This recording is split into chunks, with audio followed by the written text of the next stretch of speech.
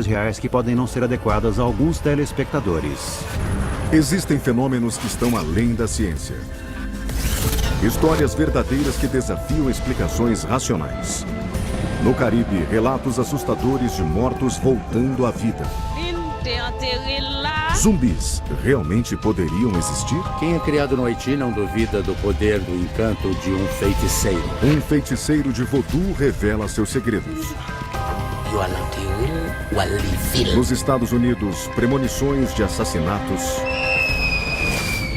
e visões assustadoras. Os pacientes de transplante estariam recebendo mais do que os órgãos dos doadores? Eu não sabia qual parte de mim era eu e qual parte era o Scott. Existe evidência científica da vida após a morte? Algumas coisas são muito coincidentes para serem acidentais. Novas investigações questionam acontecimentos de outro mundo e fatos sem explicação. Eu nunca vi nada parecido. O que achamos lá embaixo? Era um objeto voador não identificado. Um decolou e outro decolou. Testemunhas oculares e evidências recentes abrem novas possibilidades. O que eu vi foi real. Não faz nenhum sentido. Repense tudo o que você acha que sabe. Histórias inacreditáveis. Haiti, uma ilha tropical do Caribe. A primeira república do mundo a ser forjada pela revolta de escravos.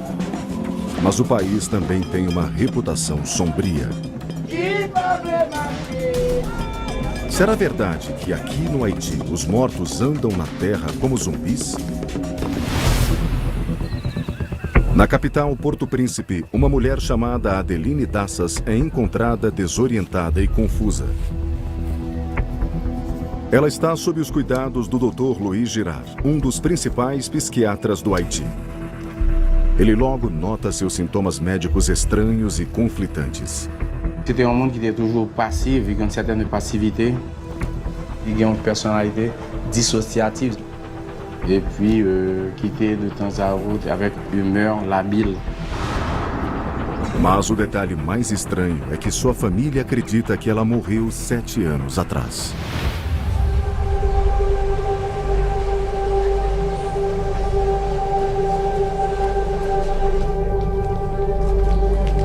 A irmã de Adeline, Suzy Val, diz que seu funeral foi feito aqui no principal cemitério de Limonade. Cavo ça, qui c'est cavo famille, non? Non cavo ça, Adeline t'es enterré là. Alors que c'est moi-même qui mettais la funéraire par là, ça veut dire que moi, je mettais dans le tiroir à glace avec tout le bagage.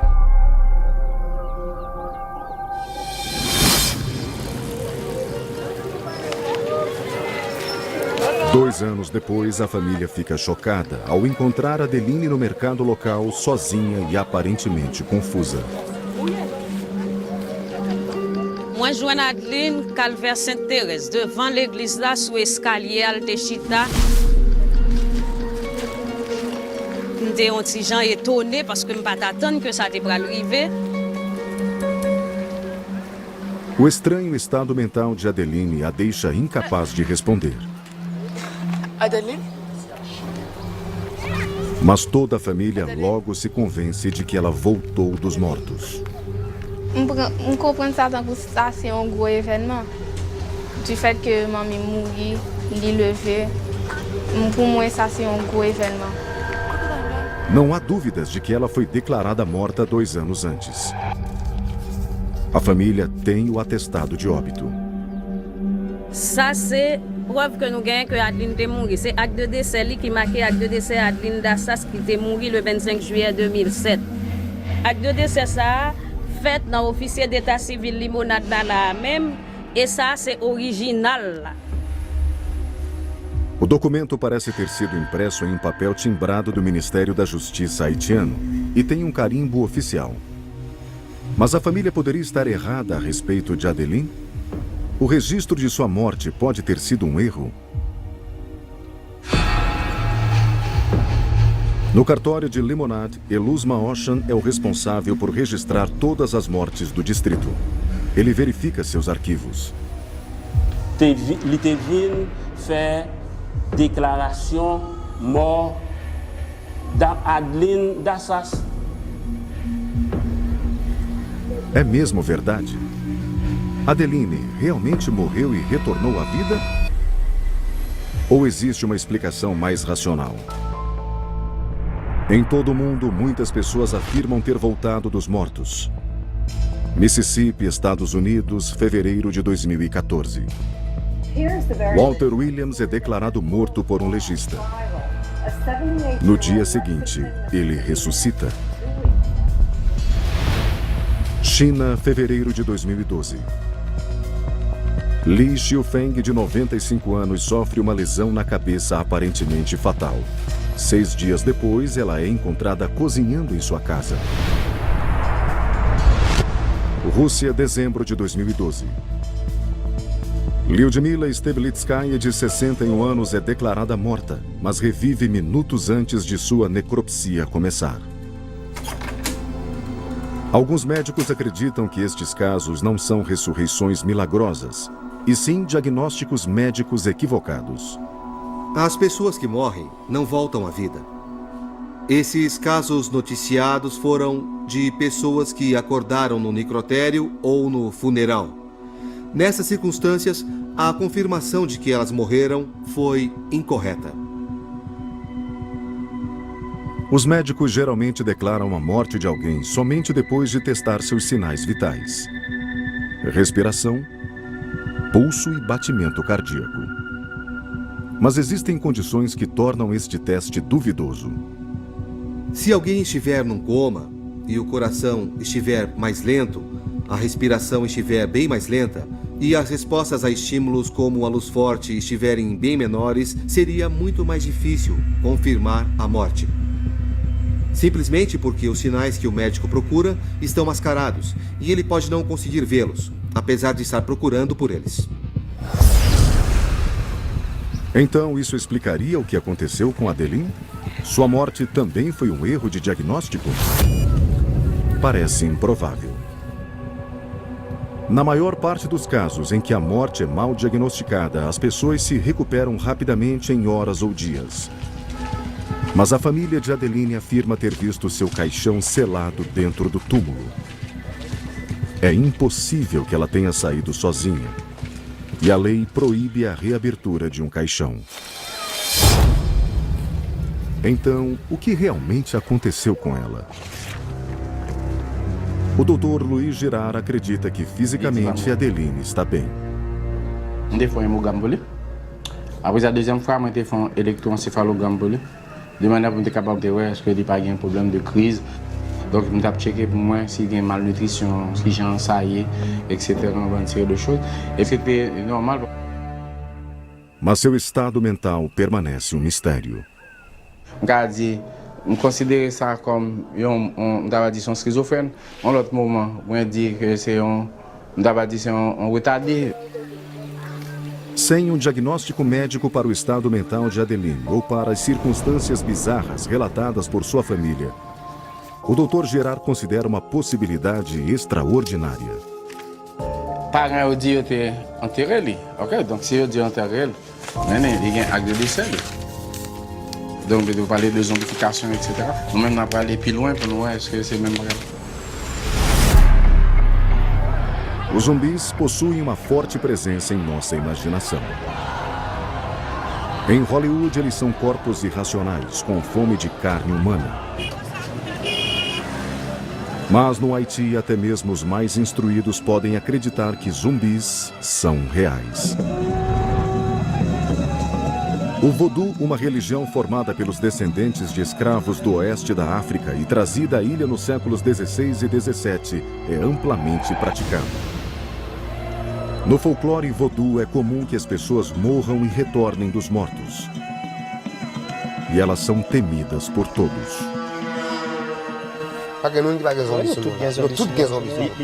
Nous même aussi tout, nous tous gagnons. Son bagage est mort et puis tout le monde croit là-dedans tout. D'accord? Et me connaît bien tout. On va me dire non.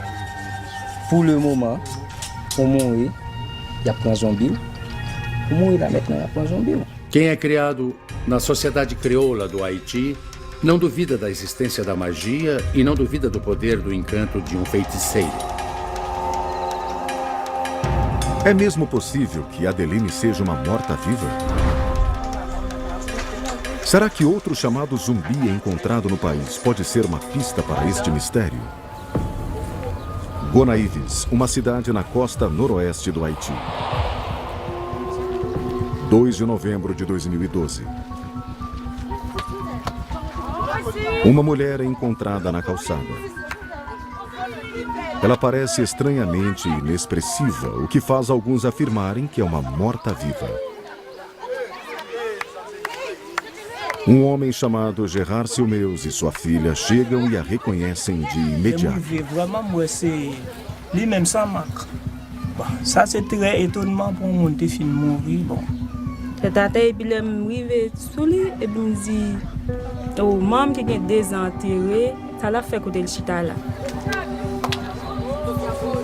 Eles afirmam que o nome da mulher é Jacqueline Jean e que ela é um zumbi.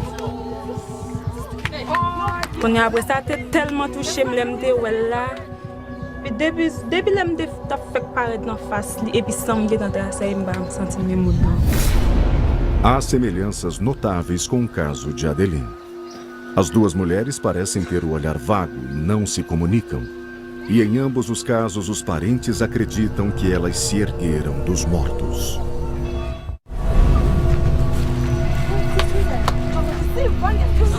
No caso de Jacqueline Jean, há uma reviravolta inesperada que sugere que ela pode não ser um defunto ressuscitado. Bedel Pierre está em casa em Porto Príncipe, quando vê um noticiário informando que um zumbi chamado Jacqueline Jean foi encontrado. Mas Bedel reconhece a mulher como outra pessoa. Quando eu me lá, e puis um petit garçom na crele me dit merde aí. Me dit non, ça pas zumbi, ça c'est Mélène, me connais Mélène. Et puis même côté à moi le canal 11 qui t'a baie nouvelle là, moi dit tout ça bien c'est menti a fait. Convencida de que a mulher que viu na TV, na verdade é sua amiga Mirlene Prosper, Bedel decide sair de Porto Príncipe para ajudá-la. E puis même côté à nous pour machine nous, et puis nous aller dans le Gonaïve dans chercher.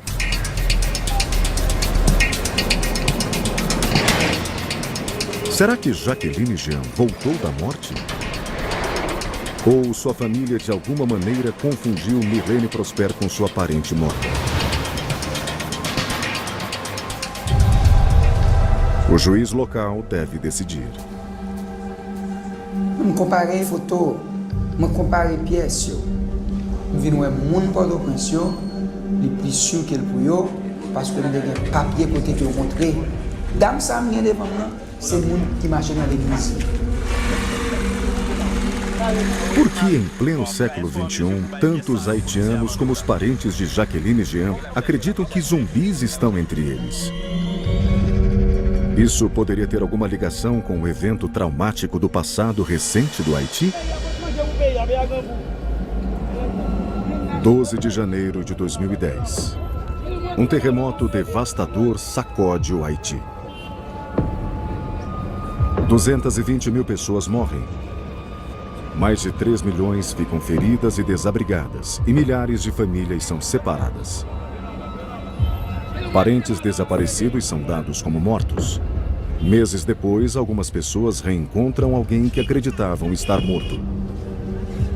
Já outras ficam cada vez mais desesperadas, a ponto de crer que seus entes queridos podem estar vivos. O jornalista local Wilner Outdoor acha que isso explicaria por que Mirlene Prosper foi confundida com Jacqueline Jean. São casos que repetem souvent no país d'Haïti. Fort souvent, vous connaissez un peuple, un peu de monde qui semblait. Il y a des gens dans la rue, ils disent mais les gens ont mouru longtemps. Je nous sommes montré là avec feuille là, d'après l'information que nous gagnons. Quando o terremoto ocorreu, Mirlene Prosper foi atingida na cabeça por destroços. Ela também acredita que este evento levou pessoas a acreditarem que ela fosse um zumbi. Je pensais que c'est moi qui te levé. Pas sembler avec le tour de visage, nous pas sembler. Aí son erreur était fait, son erreur était fait. E isso explica o que aconteceu com Adeline? Ela seria outro caso de identidade trocada? Mais uma vítima do terremoto? Sua família acha improvável. Eles estão convencidos de que ela foi ressuscitada por um feiticeiro de voodoo conhecido no Haiti como Bokor. Moi crois que Bokor a quitté tué Adeline. Para os haitianos não é tão louco quanto parece. A crença de que feiticeiros têm o poder de transformar pessoas em zumbis é muito forte. É um crime equivalente ao assassinato na lei haitiana. Os locais formam uma sociedade secreta unida por um código de silêncio. Mas um deles está prestes a falar sobre o que faz. E para começar, um Bokor só precisa de um alvo.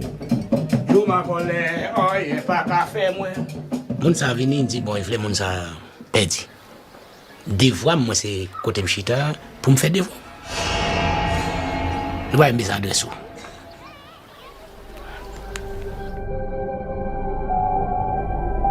Os Bokors invocam o espírito do barão Samedi, o senhor dos mortos no voodoo, que abre os túmulos dos recém-enterrados e guia suas almas no além.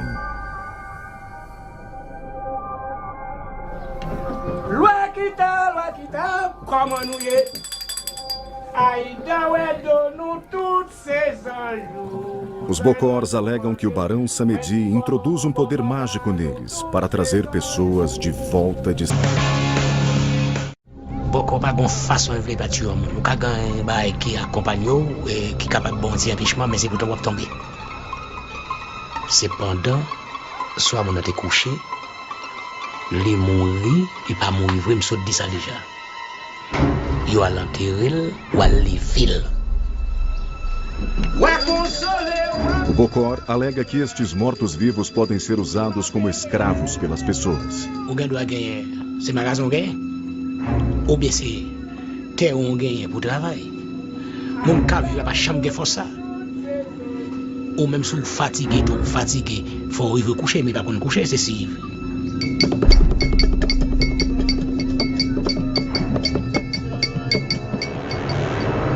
O Dr. Gerard acha possível que um Bokor tenha vitimado Adeline e que ela não seja a primeira de suas pacientes a ser transformada em zumbi. Metu Lachal, première, nous déjeunons en novembre 83. Et puis, vous avez Wilfried. Ça, c'était Wilfried. C'est la même, c'est dans le sud du sorti. Donc, ça me déjeune, l'MT. Et puis, Jeanne.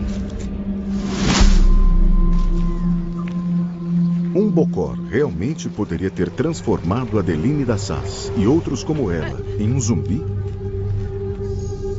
O caso de zumbi mais famoso do Haiti poderia ser a solução para este mistério? Son miracle ali a fait lever, parce que nous connaissons le démon. No caso de zumbi mais convincente, a vítima é um homem chamado Clairvius Narcisse. Lester, uma pequena cidade perto de Gonaïves, na costa noroeste do Haiti. Em 1980, Clairvius Narcisse apareceu alegando ter voltado da morte. Ele é reconhecido por sua família. Roger Dormefio é seu sobrinho. Venir, c'est tout le monde pays à net qui couvre lui, qui reconnaît il était mort. C'est laisser lui même cap bail qui Jean l'enterrer que il t'a dit tout ça tout le monde a dit ni il a mettre dans séquelle il t'a dit toute bagaille à l'enterrer. Narcisse conta à sua família que foi enterrado vivo, desenterrado, espancado e levado para trabalhar como escravo em uma plantação de açúcar remota, até que seu mestre Bokor foi assassinado e ele conseguiu fugir. Ele diz que uma cicatriz em seu rosto prova esta versão.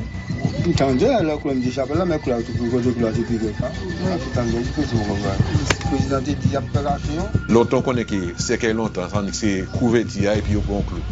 Soit clou on clou, soit on clou on vis et t'as dit clouer lui, clou a piquer là à bouche. Todos que conhecem Narcisse acreditam que ele é um zumbi. Son miracle a fait lever, Parce que me déconne le mourir.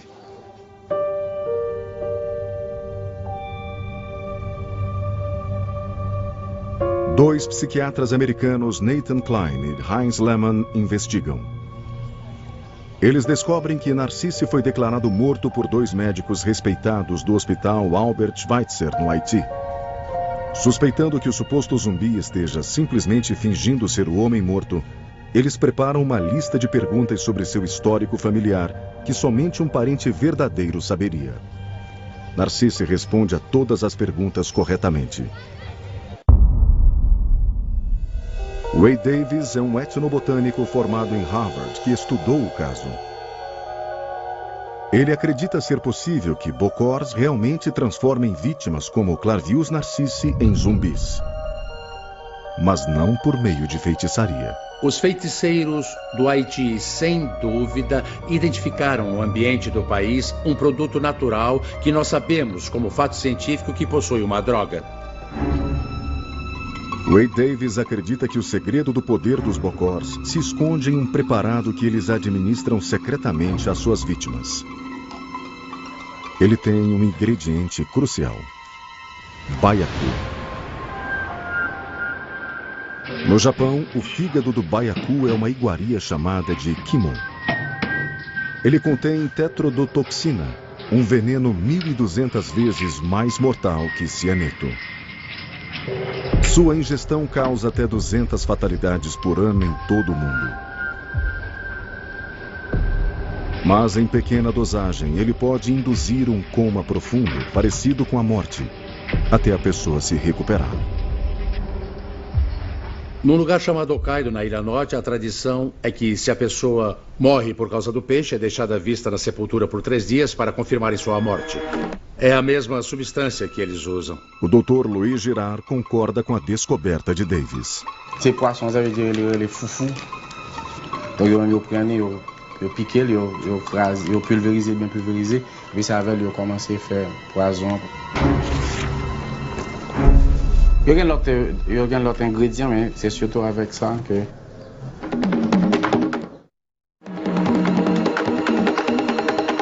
Se isso aconteceu com Clavius Narcisse, poderia ter ocorrido também com Adeline? Um bokor teria preparado uma poção usando o fígado de um baiacu combinado a outros ingredientes para criar um veneno poderoso, adicionando à comida que Adeline consumiu? Ninguém sabe como é introduzido, mas o veneno pode ser usado de várias formas. O que interessa é que nós sabemos que essa substância pode levar a um estado de morte aparente. Naquela noite, depois que Adeline foi enterrada, o bokor e seus cúmplices teriam entrado no cemitério e a removido do túmulo? Ray Davis está convencido de que foi o que aconteceu e de que o veneno também seria o responsável pelo estranho estado mental da vítima. Ele acredita que quando vítimas como Adeline são ressuscitadas, são forçadas a comer uma planta tóxica preparada pelo bokor, conhecida por ser alucinógena e alterar o estado mental. A pessoa é obrigada a comer pepino de zumbi, a datura estramônio. Ela induz um estado de delírio psicótico, visões de fogo do inferno, uma sede ardente, amnésia e a sensação de voar. O estramônio, conhecido no Haiti como pepino de zumbi, contém substâncias químicas que desaceleram o batimento cardíaco, induzem a perda de memória e prejudicam a função cerebral. É a planta psicoativa mais desorientadora e indutora de esquizofrenia conhecida na natureza. As pessoas são levadas por isso. E como os bokors transformam suas vítimas em zumbis? SUS. Seria feitiçaria ou ciência? Não temos certeza. Mas a família de Adeline continua convencida de que ela é um zumbi e teme que o bokor possa voltar. Moi crois que bokor fait famille dans pile temps. Nous t'ai commencé à vivre dans peur. Tant de sang existait en Haïti. O Dr. Girard prossegue com sua pesquisa para compreender o fenômeno. en Haïti, ça veut dire que nous-mêmes, il faut nous accepter qu'il y a des bagailles qui est impensable pour nous. Donc ça quand même toujours commencer à faire recherche dans ce sens. Enquanto isso, os Bokors continuam praticando sua feitiçaria.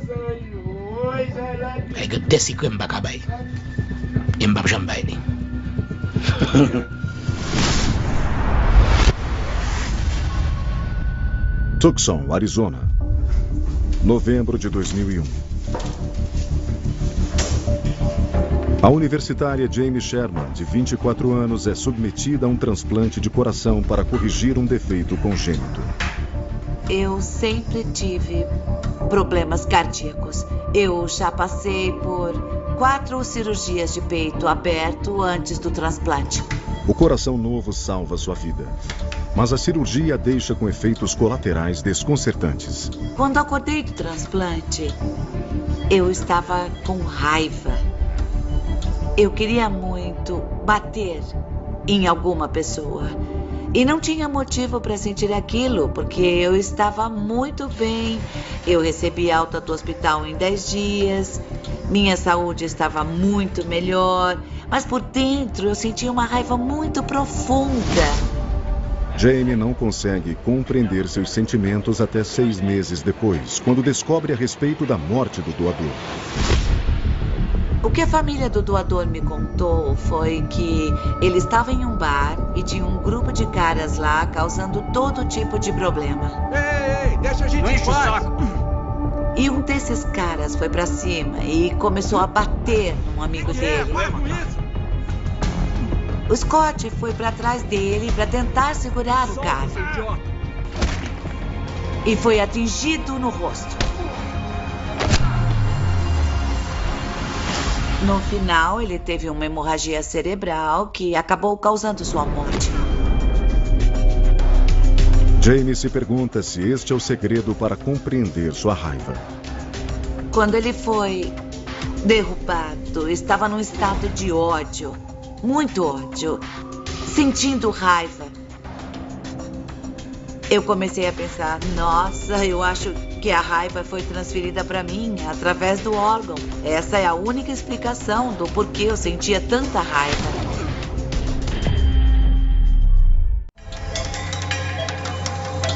Quando a paciente de transplante Jamie Sherman ganha o coração de um jovem morto em uma briga de bar, ela acredita ter recebido mais do que somente o órgão. Ela também está sentindo suas emoções.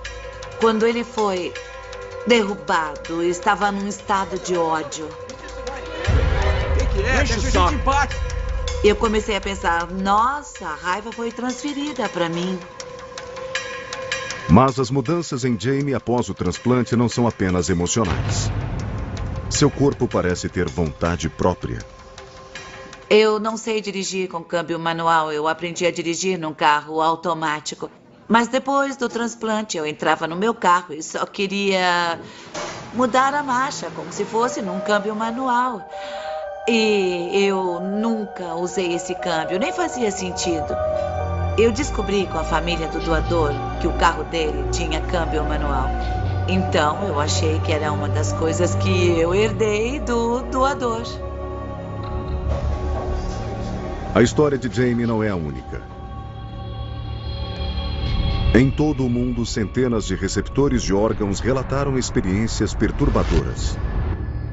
França, 2005. Uma mulher é assombrada por imagens vívidas da morte de seu doador em um acidente de carro. Croácia, 2006. Um lenhador desenvolve uma obsessão por trabalhos domésticos depois de receber um rim de uma dona de casa morta. Geórgia, 2007. Um homem recebe o coração de um suicida e se mata exatamente da mesma maneira.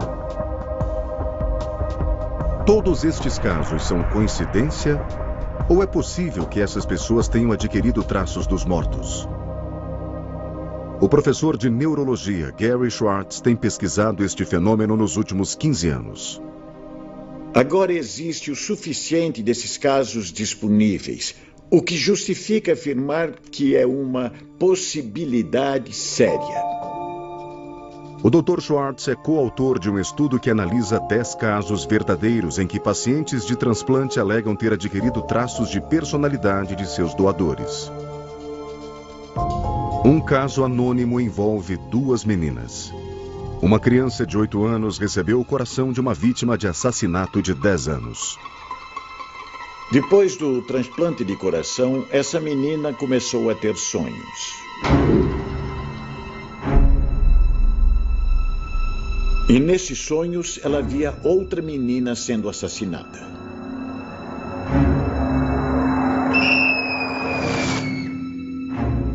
E os detalhes eram tão específicos, por exemplo, a aparência do assassino e os detalhes do assassinato, que as informações foram passadas para a polícia.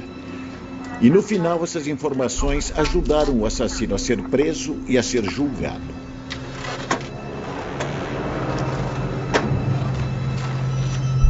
E como nós explicamos que uma menina pode conhecer detalhes sobre um assassinato que ninguém sabia? Só se de algum jeito ela captar do órgão que está dentro dela. Isso prova que as memórias podem ser transplantadas com os órgãos? Um caso ainda mais extraordinário sugere que não somente as recordações podem ser transferidas dos mortos para os vivos. É um choque, porque ela virou um ser humano diferente. Amy Tippins, de Atlanta, na Geórgia, era uma adolescente com uma grave doença hepática. Em 1993, ela recebeu um fígado novo do doador Mike James. Após a cirurgia, Amy parece ser guiada por um grande senso de dever cívico, um sentimento completamente novo para ela. Eu me encontrei sendo praticamente uma advogada dos necessitados e sempre protegendo outras pessoas, deixando claro certo e errado. Conhecer a família do doador é revelador. Eu descobri que o doador tinha sido policial. Ele também foi agente federal e o trabalho dele era proteger e defender. Eu acho que isso veio dele, porque eu não era assim antes. Eu estou totalmente aberta à possibilidade de que o fígado dele teve um impacto nas coisas que são importantes para mim e mudaram todas as coisas que me atraem. Eu sei que ele teve um problema. O que pode explicar a mudança? Poderia ser algum tipo de efeito psicológico? Talvez receptores como Jamie e Amy, que sabem a respeito de seus doadores, mudaram sua postura após a cirurgia porque queriam ser como eles. O cirurgião cardíaco Jack Copeland acredita que é o caso. Eu acho que eles têm um sentimento de amor pelos doadores. Eles querem, de algum jeito, ser mais do que agradecidos, porque sabem que são parte o doador e parte eles mesmos. Então, eu acho que eles se preparam para assumir os traços que acabam ouvindo falar que o doador tinha. Em luto, as famílias de doadores também podem estar dispostas a acreditar que características de seus entes queridos estão vivas. Mas isso não explica como Jamie e Amy adotaram novos traços muito antes de conhecerem as famílias dos doadores. Elas podem ter ouvido falar sobre eles no hospital? É improvável, já que o protocolo médico significa que a equipe de cirurgia raramente sabe mais do que informações básicas sobre os doadores de órgãos. E no caso de Amy, ela herdou mais do que somente a personalidade. Eu me peguei frequentando algumas lojas de ferramentas e meio que me perdendo nos corredores, como se fosse um lugar para eu me confortar. E eu comprava muitas ferramentas e levava para casa para projetos novos. Ela adquiriu habilidades práticas reais que não possuía antes, que só podem ser explicadas como um desejo de imitar o doador. Eu substituí o piso de linóleo, instalei várias prateleiras na minha lavanderia, eu também pintei a casa toda, troquei torneiras, troquei pias, troquei as latas de lixo. Quando ela era criança, ela nunca brincava com blocos. Bom, construir coisas nunca foi do tipo dela. E trabalhos manuais também não eram coisa para ela. Olhando para todas as mudanças, é um choque, porque ela virou um ser humano diferente por causa disso. Ao conversar com a família do doador, Amy começou a entender sua transformação. Eu descobri que ele fazia trabalhos manuais e até que ele construiu uma lavanderia para a irmã dele. Ele construiu um galpão anexo à nossa casa. Eu ia ter um bebê e ele fez um trocador para eu poder... De madeira? Era de madeira. Era como se as peças do quebra-cabeça estivessem se encaixando. O que pode explicar este fenômeno bizarro? Um novo experimento científico poderia fornecer uma resposta. Nós descobrimos que o coração realmente é ligado em outro nível, em outra dimensão. Pacientes de transplante de órgãos alegam ter recebido os pensamentos e sentimentos de seus doadores. Eu estou totalmente aberta à possibilidade de que o fígado dele teve um impacto nas coisas que são importantes para mim. Mas existe algum embasamento científico para as memórias transplantadas? O Dr. Gary Schwartz tem sua própria teoria, conhecida como memória celular. Memória celular é a ideia de que as células, não só as células nervosas, mas todas as células do corpo humano têm a capacidade de ter memória. Todas as células regulam seu comportamento trocando informações bioquímicas com outras células. Gary Schwartz acredita que, em teoria, isso também pode permitir que as células armazenem informações mais complexas, como memórias. O corpo todo guarda informações. Portanto, a implicação disso é que se você pega um órgão de uma pessoa, um doador, e o implanta cirurgicamente em outra pessoa, o receptor, as memórias que foram armazenadas nesse órgão, como o coração, vão passar do doador para o receptor. Então, é possível que pelo menos algumas pessoas acabem captando e respondendo às memórias do doador. Mas a sugestão de que as memórias podem ser armazenadas não só em células nervosas, mas em todos os lugares do corpo é controversa.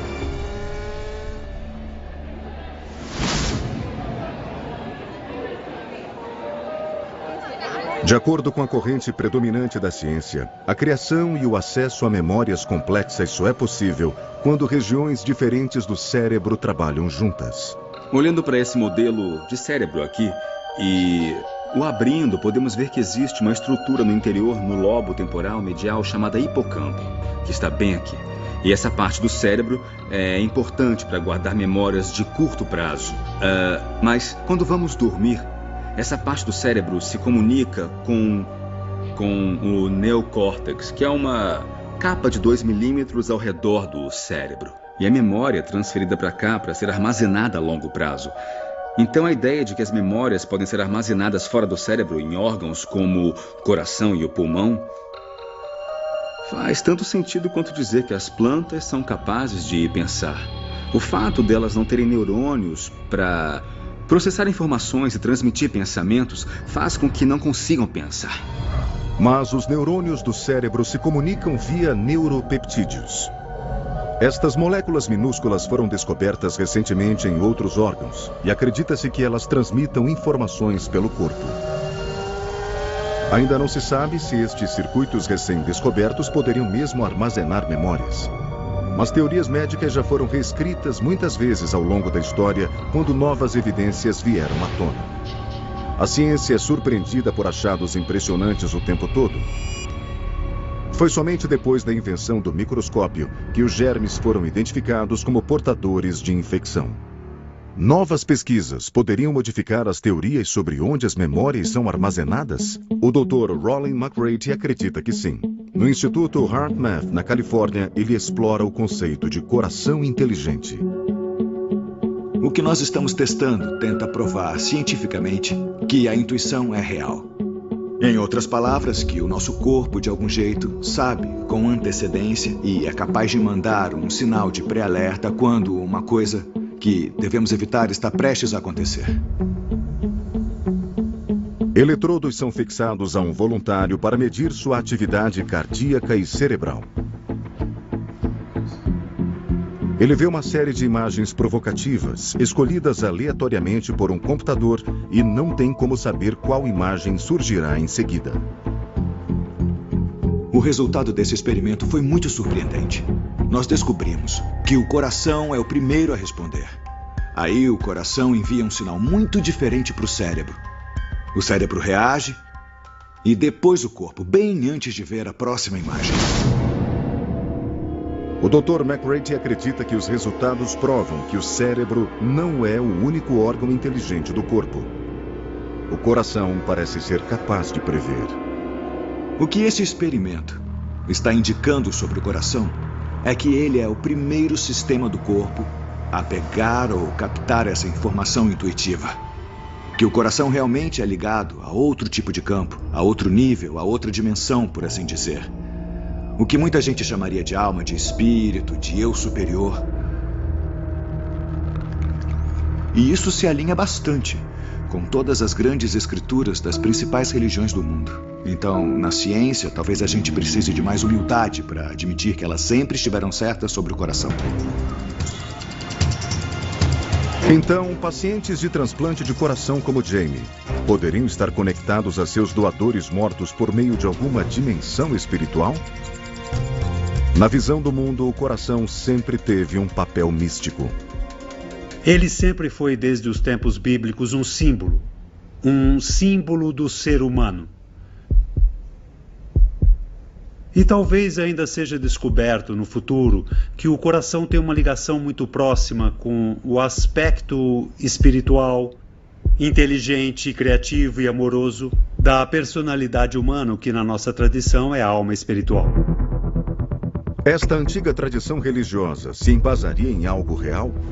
O coração seria o centro de nossa intuição e de nossas emoções, mesmo após a morte? Eu acho que a história mais profunda foi quando conheci a namorada dele. Foi muito intenso. Eu acho que só a vi por 1 hora, só a encontrei daquela vez.